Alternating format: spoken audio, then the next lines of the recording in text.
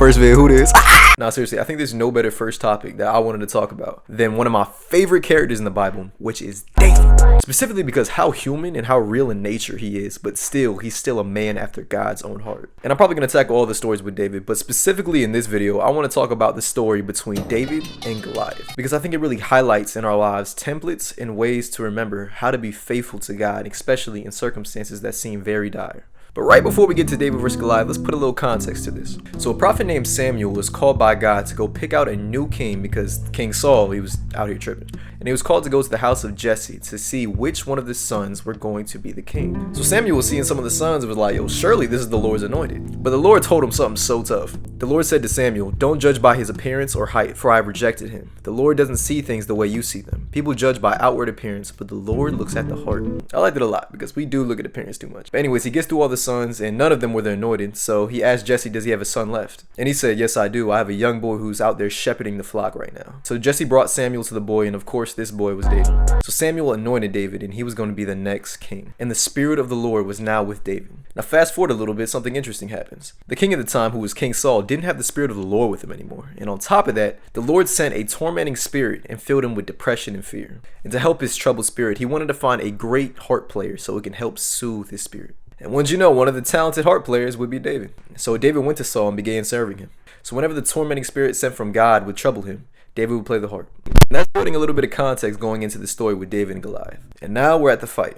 Now there's war between the Israelites and the Philistines. And the Philistines had this 9-foot behemoth that every morning for 40 days would come out and taunt Israel, saying to bring one champion so they can fight, so that whoever nation would win, the other nation would become their slaves. And King Saul and the Israelites were deeply afraid. But one day when David was going between the flock and war, as he usually did, he overheard this 9-foot giant talk. His first thoughts was, who is this Philistine that's disrespecting the living God? So instantly he's asking, yo, what's the reward for killing this Philistine? And the troops were like, you'll get to marry one of Saul's daughters. So David appears before Saul and asks him, can he be the one to fight? And Saul was thrown aback by this because he was like, this Philistine has been fighting since his youth, and you are still just a kid. But David convinced him by explaining what he did while he was on the field shepherding. And while on that field, he would have to defend sheep, and sometimes lions and bears would pull up, but he would be able to not only get them away, but sometimes kill them with his club. And his explanation was that the Spirit of the Lord was the one that protected him.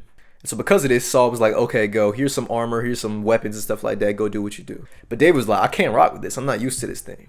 That boy only went out there with a shepherd's staff and a slingshot. That boy was standing on business. It says Goliath walked out toward David with his shield bearer ahead of him, sneering in contempt at this ruddy-faced boy. He said, am I a dog? He roared at David. That he said, you come at me with a stick? And he cursed David by the names of his gods. Then he said, come over here and I'll give your flesh to the birds and the wild animal. This cat think he was talking cash money. But David's response has me weak because he talks really poetic in this junk. He says, you come to me with sword, spear, and javelin. He said, but I come to you in the name of the Lord of heaven's armies, the God of the armies of Israel whom you defiled. He said, today the Lord will conquer you and I will kill you and cut off your head. That cat was all business. Then he said, and then I'll give the dead bodies of your men to the birds and the wild animals, and the whole world will know that there is a God in Israel. Oh my goodness. And finally he said, and everyone assembled here will know that the Lord rescues his people, but not with sword and spear. This is the Lord's battle, and he will give you to us. Then, as we all know, Goliath came a little closer to attack. So David reached in his shepherd bag, got a stone, and slinged it at his forehead. He hit Goliath in the dome and he fell. So David won with only a sling and no sword. And then he took Goliath's own sword and cut off his head with it. And when the Philistines saw this, they tried to run. And ultimately, Israel got the victory. And overall, what I find really valuable in this story is the complete faith that David had in God. When he went there, all the troops were afraid of this 9-foot giant, but no fear had crossed David's mind.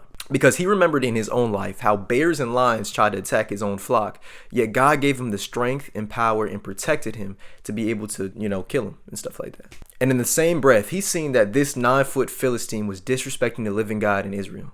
So ultimately, with no sword and no conventional weapons and armor that someone would usually go into battle with, David trusted and relied on the Lord to give him the victory.